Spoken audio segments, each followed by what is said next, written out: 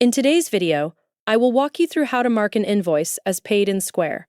First, log into your account by entering www.squareup.com on your browser.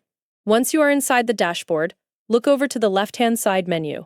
From there, select Orders and Payments. After that, click on Invoices, and then select Invoices again from the menu. Once the Invoices page opens, you will see your list of invoices. From here, find the invoice that you want to mark as paid. Take a moment to scroll through the list and locate the correct invoice before continuing.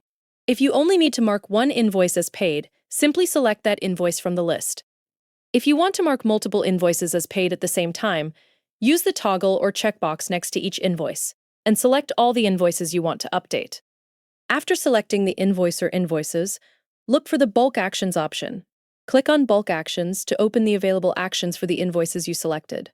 Once the menu appears, go to the top of the list and find the option called Mark as Paid.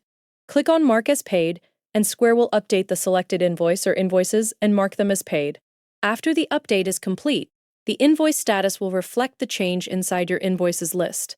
If you selected multiple invoices, the same action will apply to all of them at once. Just make sure the correct invoices are selected before clicking the option. That is all you need to do to mark an invoice as paid in Square.